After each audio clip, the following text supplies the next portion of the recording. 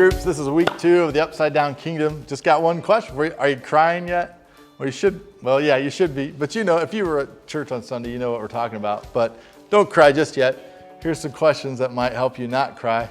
At your city group, number 1, what is the funniest thing you've ever cried over?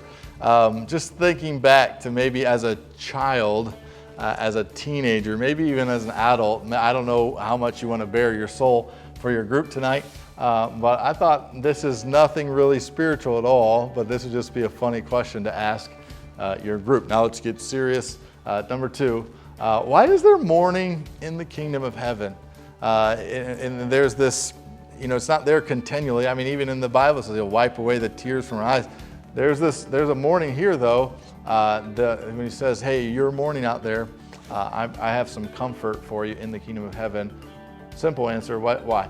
Number 3, is there a public sin that breaks your heart? We just referenced this a little bit in the beginning of this message, but it's a theme that's woven into Christ's kingdom, because all of the heartache and the trouble and the tragedies that are in this world are part of the problem. They're part of man's depravity, man's sin, even wars and all the things that we experience, even sometimes things we experience in our own country is because of other people's selfishness, of getting their deals done and taking care of their buddies and all those crony deal kind of things. But is there a sin that kind of breaks your heart? I gave you a few examples to understand what I'm talking about, like abortion or human trafficking or something. Again, maybe there's not any great end to this question, just as much as, hey, what's on your heart? What do you see? What is the Spirit of Christ? And you said, man, this is just a heartache. This is just a tragedy.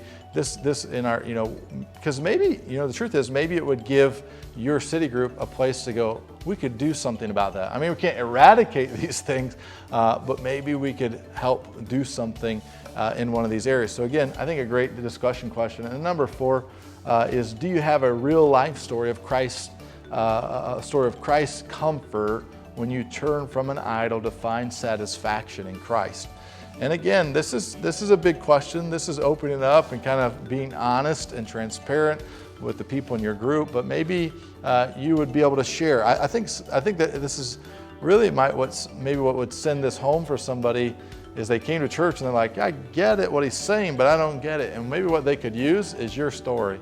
Like God would say, hey, I remember a time when I was first married and we did this, and man, God just really, convicted me about my need to turn from this and to find comfort in Jesus Christ and life in Jesus Christ. And so, again, don't be embarrassed. Nobody here but us. I really would encourage you to talk through that. Kind of put some teeth or feet or something to the truth of everything that we've been talking about here in this message this week. Week 2, Upside Down Kingdom. Hope this helps.